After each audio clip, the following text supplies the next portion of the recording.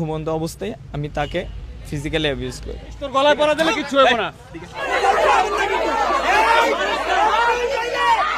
মেয়ের গায়ে হাত দিই, শরীরে হাত দিই এবং আমি মদ খাওয়া অবস্থায় ছিলাম। সরওয়ারউদ্দিন, বয়স 27, মৃত সৈয়দ সুফিয়া কামাল, গ্রাম বাদামতল, কর্ণফুলী, চট্টগ্রাম। এই মর্মে স্বীকারোক্তি দিচ্ছি যে আমি 2023 সালের 23 ডিসেম্বর রিয়াদের বাসায় যাই। সেখানে আমাকে দাওয়াত করা হয় যাত্রাবাড়ি থানার অধীন শনির আকড়া এলাকায়। আমরা 4 জন মিলে মদ পান করি এবং এক পর্যায়ে আমি একটি মেয়ের গায়ে হাত দিই, শরীরে হাত দিই এবং আমি মদ খাওয়া অবস্থায় ছিলাম। অবশেষে আমি বলতে চাই তার গায়ে হাত দেওয়া আমি স্বীকার করছি এবং স্পর্শকাতর জায়গায় হাত দিই।